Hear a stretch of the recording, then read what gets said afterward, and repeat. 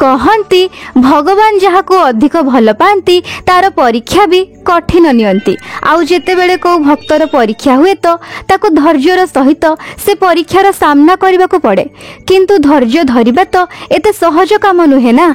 एक कहानी हेउछि दुर्गा भक्त आराध्यार, जे कि ता जीवनर बड़ परीक्षा देई गति करुछि, किंतु दुर्गा माँ को ऊपर तार विश्वास अतुट अटे। हे माँ, प्रत्येक दिन बास यही प्रार्थना नहीं आसुछि जे केबे तुम कृपारु मते वंचित करबनी, जहा हेले भी मो साथी रहिबो माँ। आराध्यार स्वामी मुकेश बिछणारे पड़िछि, तार मेरुदंड हाड़ पूरा भांगी जाइछि, जो कारण जोगु से उठिबा चलिबा पई असमर्थ। 3 मास पूर्वर कथा, से इलेक्ट्रिक खुंटर चढ़ी बिजुली ठीक करुथिला। अचानक तार रे करंट फ्लो हैला, आउ ताको बहुत जोर रे शॉक लागिला। से 40 फुट ऊपरु तळे आसी पड़िला। आखपाख लोक माने ताको हॉस्पिटल को नहीं गले। जीवन तो तार बंची गला, किंतु जीवन सारा पाई से पंगु होई गला। हे दुर्गा माँ, तुमको बहुत बहुत धन्यवाद, तुम्हें यांकर जीवन बंचे देल माँ। अरे कौ कथा पाई धन्यवाद जणाउछु से दुर्गा माँ को। एमिति पंगु हेई बंचिबाठु तो भल होइतांता जदि मो मरी जाइतांते। नहीं, एमिति कथा कुहनी, तुम बिना बंचिबा कथा मो चिंता भी करि परिबिनी। मुकेश सह से दुर्घटना घटिबा परे घरे चुली जलिबारे असुविधा हे गला। घरर सौदापत्र आउ स्वामीर औषध किनिबा पई आराध्या को जणे धनी स्त्री लोक जहार ना प्रतिमा थिला, ता घरे झाड़ू पोछार चाकराणी काम करबा को पड़िला। प्रतिमा पाखरे टंका तो बहुत थिला, किंतु तार हृदय बहुत छोट थिला। आराध्या को जदि को दिन भी टिके भी लेट हे जाउथिला तो पूरा 10 मिनिट लेट रे आसीचु तू। तते केते थर कहिची जदि गोटे मिनिट भी एपट सेपट हेबो ताहले मु से दिनर पैसा काटी देबी, तोर आजिर पैसा भी कटि गला। मैडम, आपण तो जानिचंती ना मो स्वामी को अवस्था। सकाळु सबु घर काम सारी तांको गाधेई खुआई औषध खुआइबाकू पड़े, तापर जाई मु एठिकी आसे। तू एठी काम कर, नहेले तो स्वामीर सेवा करुथा। मो काम रे असुविधा हेले मु तो दरमा काटिबी। मु तोते फालतू रे टंका कोन पई देबी जे? चल एबे मो मुह देखिबा बंद कर आउ काम रे लागि जा, सबु काम सेमिति पड़िची। आराध्या को बहुत कष्ट रे 2000 टंका पारिश्रमिक मिले। सेइथिरु भी सबु मासरे प्रतिमा बाहाना करी 500-700 टंका काटी नेउथिला। आउ एते कम टंका रे से खाइबो ना स्वामीर चिकित्सा करेइबो। आराध्या सबु दिन काम सारी संध्या बेलकू जेतेबेले घर को फेरे तो से दुर्गा मंदिर को निश्चित जाए, आउ मां को तार सुख दुख कथा कहे। एथर भी मालिकाणी मोर बहुत गुड़ाए टंका काटिदेले।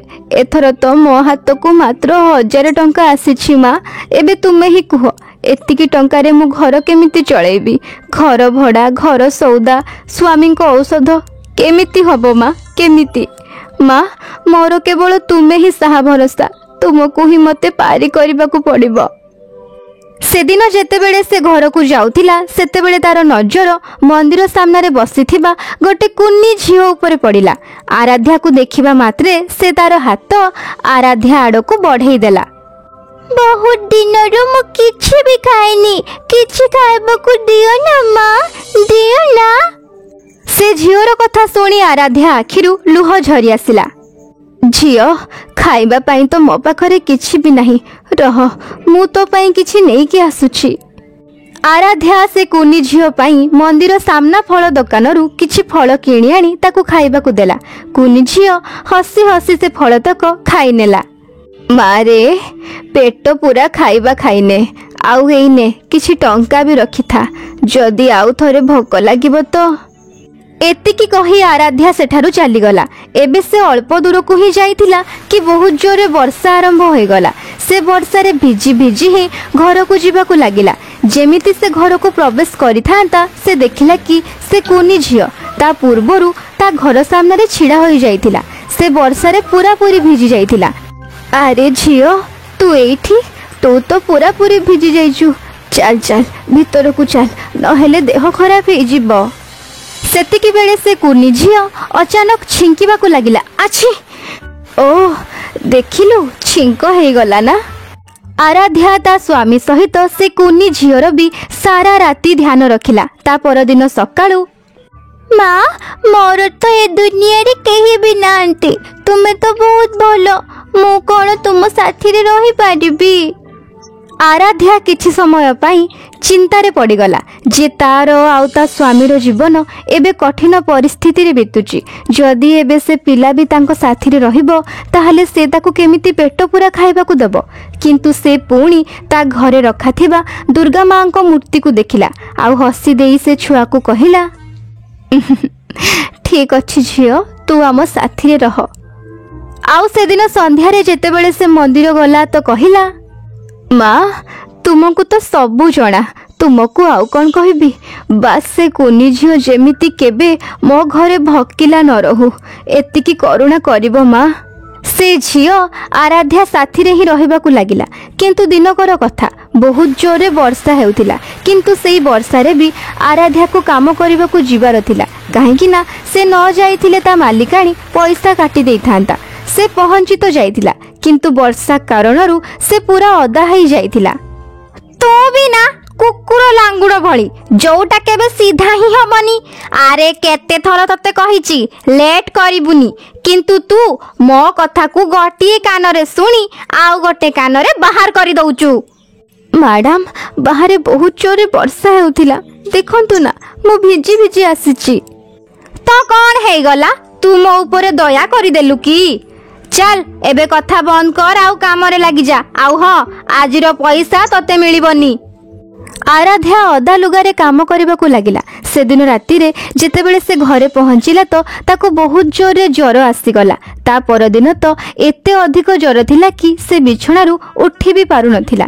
କିନ୍ତୁ ତା ମୁଣ୍ଡରେ ଗୋଟେ କଥା ହିଁ ଚାଲୁଥିଲା, ଯଦି ମୁଁ କାମକୁ ନ ଗଲି ମାଲିକାଣୀ ପୁଣି ମୋତେ ଗାଳି କରିବେ, ସେ ପଇସା ବି କାଟିଦେବେ, ସେଇଟା ତ ଅଲଗା କଥା। ତାହେଲେ ମୋ ଘର ଚୁଲି କେମିତି ଜଳିବ? ସେ ଛୁଆଟା ଆଉ ମୋ ସ୍ୱାମୀ କ'ଣ ଖାଇବେ? ସେ କାମକୁ ଯିବା ପାଇଁ ପ୍ରସ୍ତୁତ ହେଲା କିନ୍ତୁ ତାର ପାଦ ସାଥ ଦେଉନଥିଲା। ସେ ଧଡ଼ାମ ସେ ତଳେ ପଡ଼ିଗଲା। ସେତିକି ବେଳେ ସେ କୁନି ଝିଅ ଦୌଡ଼ି ଆସିଲା ଆଉ ତାକୁ ଉଠେଇବାକୁ ଲାଗିଲା। ମା ତୁମକୁ ତ ବହୁତ ଜ୍ୱର, ତୁମେ ମୋତେ କହିଲନି କ'ଣ ପାଇଁ? ନାଇଁ ନାଇଁ ମୁଁ ଠିକ୍ ଅଛି। ନାଇଁ ମା ତୁମେ ଠିକ୍ ନାହଁ, ତୁମେ ଆରାମ କର। ନାଇଁ ଝିଅ, ମୁଁ ଆରାମ କଲେ ମାଲିକାଣୀ ଟଙ୍କା କାଟିଦେବେ, ମୋତେ ଯିବାକୁ ହିଁ ହବ। ନାଇଁ ମା ତୁମେ କାମକୁ ଯିବନି, ତୁମ ବଦଳରେ ଆଜି ମୁଁ ଯିବି। ଇଏ କ'ଣ କହୁଛୁ ତୁ ମୋ ଝିଅ, ମୁଁ ତତେ ଚାକରାଣୀ ହବାକୁ ଦେବିନି। ନାଇଁ ନାଇଁ ତୁ କୁଆଡ଼େ ବି ଯିବୁନି। ମା ଏବେ ତୁମ ଦେହ ଭଲ ନାହିଁ, ମୋତେ ଯିବାକୁ ଦିଅ, ତାହେଲେ ମାଲିକାଣୀ ଟଙ୍କା କାଟିବେନି। ନହେଲେ ଟଙ୍କା କାଟିଲେ ଘର କେମିତି ଚାଲିବ? ବାପାଙ୍କ ଔଷଧ କୋଉଠୁ ଆସିବ? ଜିଦ୍ କରି ସେ କୁନି ଝିଅ ପ୍ରତିମା ଘରକୁ କାମ କରିବାକୁ ଚାଲିଗଲା। ଆଉ ସେଠାରେ ସେ ଯାଇ କହିଲା କି ସେ ଆରାଧ୍ୟାର ଝିଅ, ତା ମାର ଦେହ ଖରାପ, ସେଇଥିପାଇଁ ସେ କିଛି ଦିନ ଆସିବନି କାମକୁ, ଆଉ ତା ବଦଳରେ ସେ ଆସିବ। ଠିକ୍ ଅଛି, ଭଲ ସେ କାମ କରିବୁ, ମୋତେ କାମ ଚୋରି ପସନ୍ଦ ନୁହେଁ। ଆରାଧ୍ୟା ଜାଗାରେ ସେ ଛୁଆ ପ୍ରତିମା ଘରେ କାମ କରିବାକୁ ଲାଗିଲା। ସେ ତା ଘରେ ଝାଡ଼ୁ ଲଗାଏ, ବାସନ ମାଜେ, ଲୁଗା ସଫା କରେ ଆଉ ରୋଷେଇ ବି କରେ। ସନ୍ଧ୍ୟା ବେଳକୁ ପୁଣି ସେ ଘରକୁ ଫେରିଯାଏ। ସେ ଛୁଆକୁ କାମକୁ ଯାଉ ଯାଉ 3-4 ଦିନ ହୋଇଯାଇଥିଲା। ଏଇ ଭିତରେ ଆରାଧ୍ୟାର ନଜର ଗୋଟେ କଥାରେ ପଡ଼ିଲା ଯେ ଯେତେବେଳେ ବି ସେ ଝିଅ ଘରୁ ଯାଉଥିଲା ତା ଘରେ ରଖାଥିବା ଦୁର୍ଗା ମୂର୍ତ୍ତି କୁଆଡ଼େ ଗାୟବ ହେଇଯାଉଥିଲା। ଆଉ ଯେତେବେଳେ ସେ ଫେରୁଥିଲା ତ ଦୁର୍ଗା ମାଙ୍କ ମୂର୍ତ୍ତି ପୁଣି ଫେରି ଆସୁଥିଲା। ଶୁଣ ନା, ସତ କହୁଛି ମୁଁ, ଏମିତି ହିଁ ହୁଏ, ତୁମେ ବିଶ୍ୱାସ କର ନା। ଆରେ କେମିତିକା କଥା କହୁଛୁ ତୁ? ଏଇଟା ତ ମନର ଗୋଟେ ଭ୍ରମ। ନାଇଁ ଭ୍ରମ ନୁହଁ, ଏଇ ଦେଖୁନ କୋଉଠି ଅଛି ଦୁର୍ଗା ମାଙ୍କ ମୂର୍ତ୍ତି, ନିଜେ ଦେଖ। ତା ସ୍ୱାମୀର ବି ହୋସ୍ ଉଡ଼ିଗଲା ଯେତେବେଳେ ସେ ଦେଖିଲା କି ସତରେ ଦୁର୍ଗା ମାଙ୍କ ମୂର୍ତ୍ତି ଘରେ ନାହିଁ। ଆଉ ଯେମିତି ସେ ଝିଅ ଘରକୁ ପହଞ୍ଚିଲା, ଦୁର୍ଗା ମାଙ୍କ ମୂର୍ତ୍ତି ବି ତା ଜାଗାକୁ ଚାଲି ଆସିଲା। ତା ପରଦିନ ଯେତେବେଳେ ସେ ଝିଅ କାମକୁ ଗଲା ତ ଶୁଣୁଛ, ମୋ ଦେହ ଆଜି ଟିକେ ଠିକ୍ ଲାଗୁଛି, ଆଜି ମୁଁ ମାଲିକାଣୀଙ୍କ ଘରକୁ ଯାଏ ଆଉ ଏଇ କଥାର ପତା ଲଗାଏ କି ଏଇଟା ହଉଛି କେମିତି।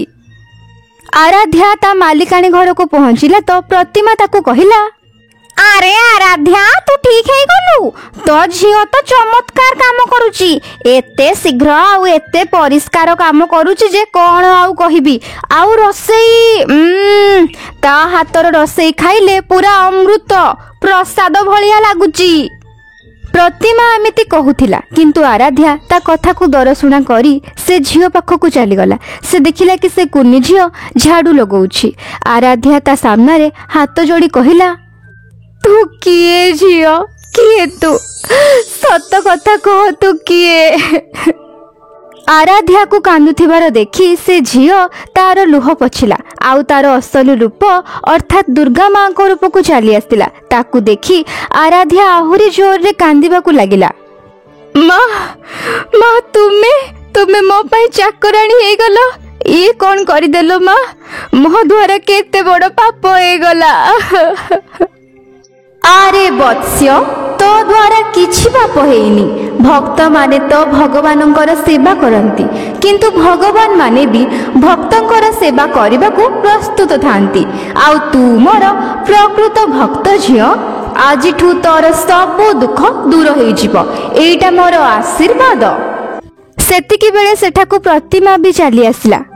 ହେ ମା ଦୁର୍ଗା, ଆପଣ ମୋ ଘରେ ଚାକରାଣୀର କାମ କରୁଥିଲେ ଆଉ ମୁଁ ଆପଣଙ୍କୁ ଚିହ୍ନି ପାରିଲିନି।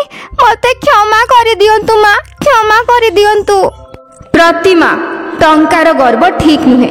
ଆମେ ସଂସାରକୁ ଲୋକମାନଙ୍କର ସାହାଯ୍ୟ କରିବାକୁ ଆସିଛୁ, ନା କି ଶୋଷଣ କରିବାକୁ। ତୁ ଆରାଧ୍ୟା ସାଥିରେ କେତେ ଖରାପ ବ୍ୟବହାର କରିଛୁ ତୁ ଜାଣିଛୁ ନା?